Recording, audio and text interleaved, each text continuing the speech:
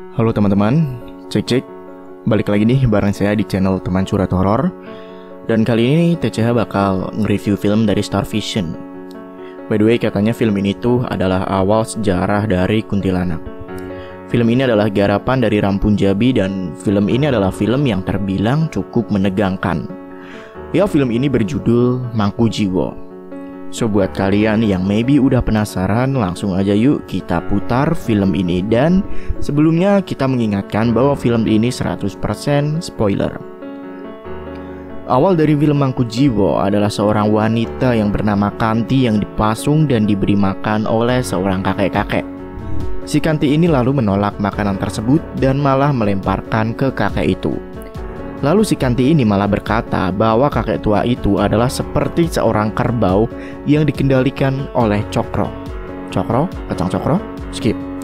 Lalu wanita yang bernama Kanti ini meronta-ronta dan keesokan harinya di sebuah desa yang makmur, kereta kuda pun datang dan seorang lelaki berteriak memanggil-manggil sang kakek.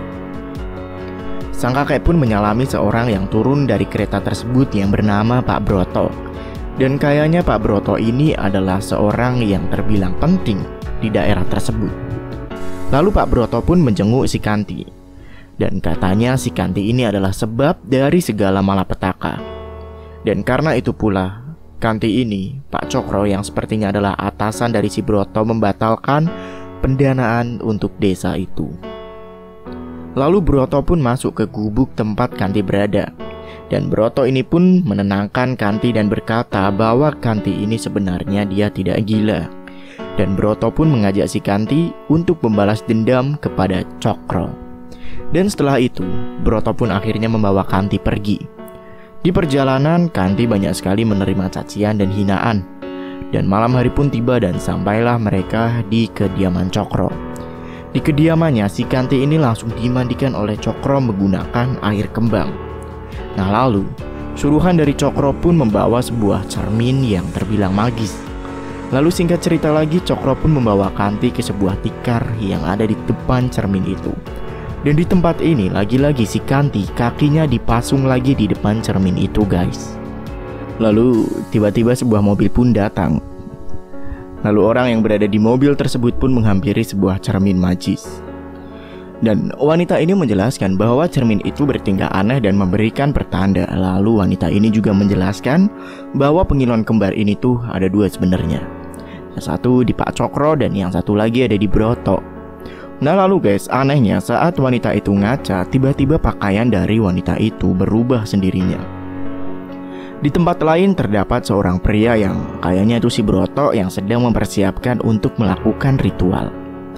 Dan di ruang ritual itu ia terus mengasah pisaunya dan mempersiapkan segala bahan ritual yang terbilang bahan tersebut ini ekstrim. Daging-dagingan lah, bekas darah lah, dan pokoknya ngeri banget. Dan si Cokro ini lalu memberikan makan Kanti nasi dengan bahan ritual-ritual itu. Broto pun memaksa Kanti untuk makan bahan ritual itu dan membuat lingkaran dari darah ayam. Lalu tiba-tiba di sekitaran Kanti ada kalajengking dan ular-ular yang menggigit Kanti. Dan Cokro pun keluar dari ruangan itu dan Kanti tetap sendirian di ruangan bawah tanah bersama dengan makhluk-makhluk yang menjijikkan tersebut. Di lain tempat terdapat seorang gadis yang sedang berdandan, tetapi aneh sekali guys. Karena saat pintu terbuka sendiri, bayangan cermin dari gadis itu tidak mengikutinya. Gadis itu pun penasaran dan berjalan keluar, namun saat dekat pintu, ia kaget. Karena ternyata temannya ini memberikan surprise dan wanita tersebut pun jalan-jalan keluar. Di lain tempat, seorang pria dan wanita sedang melakukan sebuah transaksi barang-barang antik kepada seorang warga bule yang bernama Mr. Raymond. Dan warga bule ini sepertinya meminta untuk mendapatkan barang relik seperti pengilon kembar. Dan terus tiba-tiba guys, transaksi tidak berjalan mulus hingga akhirnya Mr. Raymond ini ditusuk oleh salah satu dari pria tersebut yang bernama Herman. By the way, kalian ingat gadis tadi gak ya? Yang namanya Uma itu? Uma yang bekerja di sini menjadi saksi dari pembunuhan tersebut dan Uma pun segera berlari dan Herman mengejarnya. Uma akhirnya tertangkap dan Uma ditenggelamkan di sebuah bathtub. By the way, kalian ingat pengilon kembar tadi kan? Ya, cermin itu sedang diberi sesembahan, sedangkan si pemburu relik botak itu pun membisiki si Uma. Dan entah kenapa si Uma ini berubah dan akhirnya menampar si botak. Uma pun dilemparkan ke kasur. Uma ketakutan, dan di lain tempat cermin itu pun malah bergerak sendiri. Dan tiba-tiba si Uma ini bisa berubah. Matanya memerah, dengan kekuatannya ia bisa membunuh pemburu relik itu. Di tempat lain, lagi-lagi si Broto menyirami si Kanti dan memaksanya untuk meminum cairan darah segar. Dan ternyata guys, kalian tahu nggak? Pemburu relik yang meninggal itu adalah anak dari Cokro. Dan di sini Cokro sedang rapat dengan teman-teman dari anak Cokro ini yang bernama Pulung. Nah, lalu si Herman seperti menarik sebuah kesimpulan bahwa pembunuhan ini didasari oleh perebutan relik. Nah, lalu si Cokro ini pun mencoba untuk melihat pengilon kembarnya. Dan wanita tangan kanan Cokro yang bernama Nyai Kenanga ini menjelaskan bahwa kekuatan dari pengilon kembar adalah bisa memberikan pertanda-pertanda tentang kejadian di masa depan. Dan pengilon ini dibuat secara langsung oleh Sendang Kidul. Di sini si Cokro pun bertanya kepada wanita itu tentang cermin ini. Dan wanita ini ternyata guys, udah lama banget sebenarnya pengen bicara dengan Cokro, tetapi Cokro selalu menolak. Dan si Cokro meminta cermin tersebut dipulangkan ke rumahnya. By the way guys, ternyata ini timeline dari Mangkujiwo ini bolak-balik dan maju mundur, alias kalau kalian juga nggak memperhatikan adegannya kalian bakal bingung. Nah, tiba-tiba si Uma ini pulang ke rumah aslinya yang ternyata Uma ini adalah anak dari Broto. Balik ke Broto. Broto kali ini entah kenapa mencabuki punggungnya sendiri dan melakukan sebuah tarian-tarian. Dan Kanti ini pun seperti didatangi oleh makhluk gaib.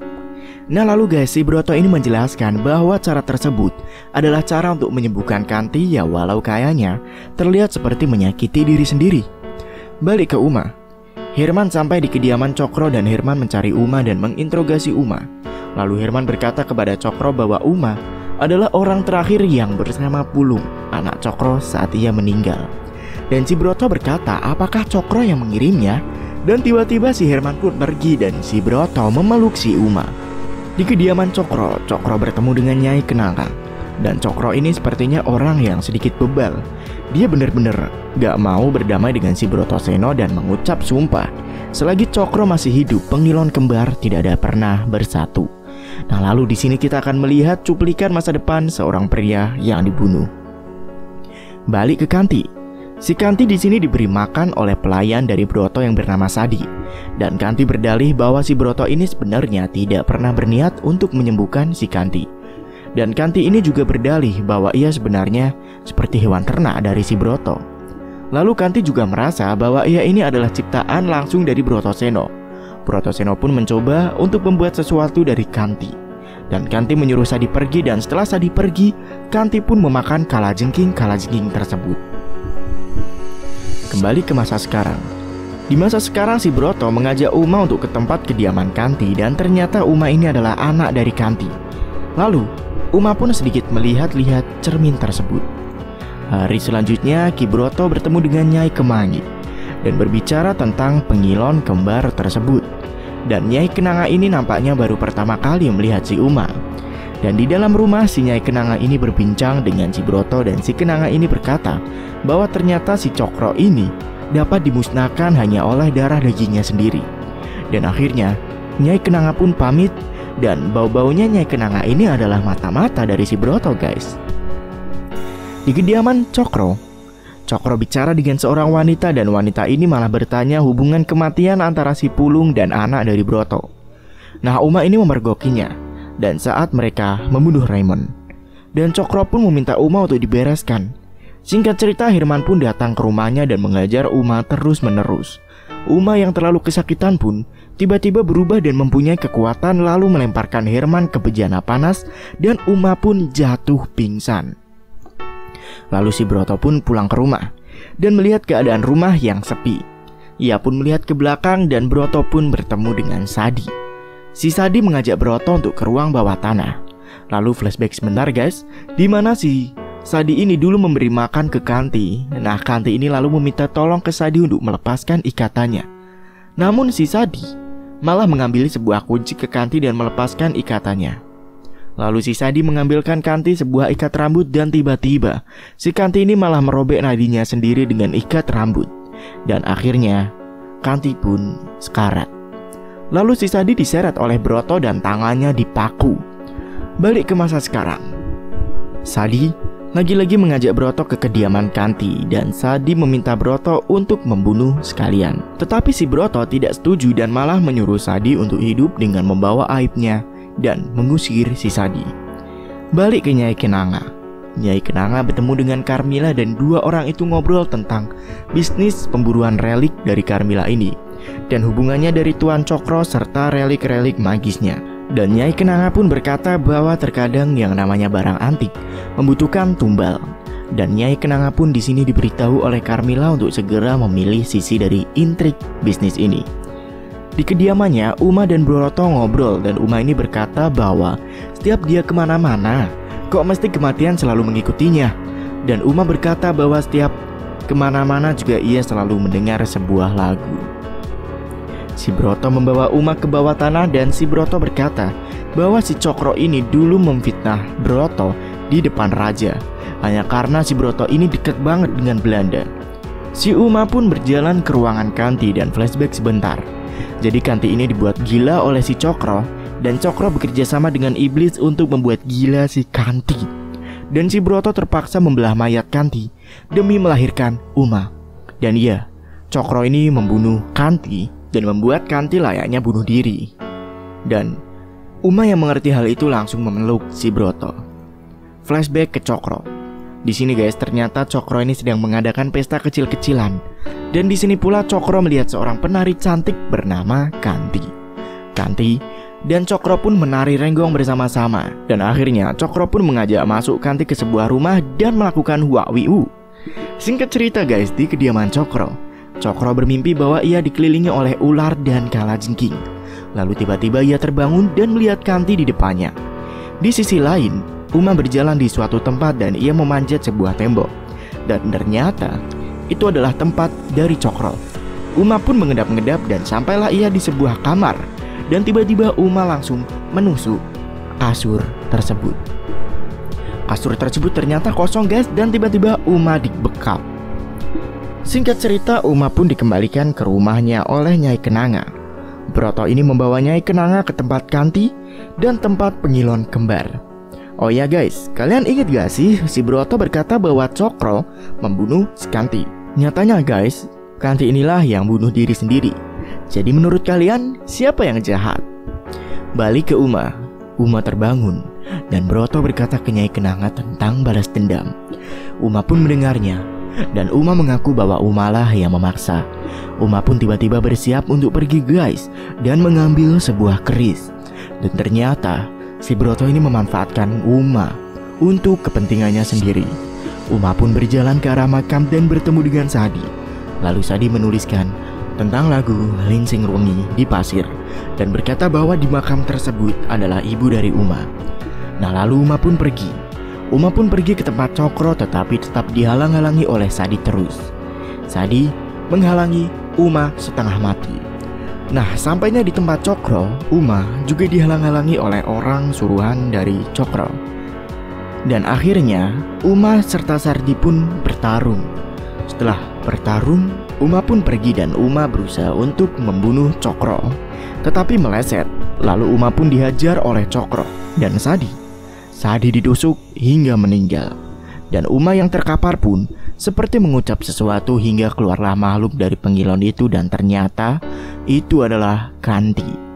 Makhluk itu pun berteriak dan mengejar seluruh suruhan Cokro bahkan hingga mempengaruhi suruhan Cokro untuk bunuh diri. Kanti berjalan ke Cokro dan Cokro yang ketakutan pun kabur. Akan tetapi Cokro akhirnya ditusuk oleh Uma. Uma pun tiba-tiba langsung memuntahkan belatung dari mulutnya dan singkat cerita, Uma dibawa ke rumah oleh Nyai Kenanga. Dan pengilon kembar pun akhirnya sekarang sudah ada di rumah Broto semua. Dan Kanti juga menjadi makhluk bawahan dari Broto. Dan di akhir adegan, pengilon kembar itu seperti berkomunikasi. Tamat. Terima kasih sudah menyimak Bangku Jiwa ini. Dan bagaimana menurut kalian film garapan dari Ram Punjabi ini? Jika kalian suka, tolong tinggalkan like dan tuliskan komentar. Dan sampai bertemu di film selanjutnya. Saya pamit dan sampai jumpa.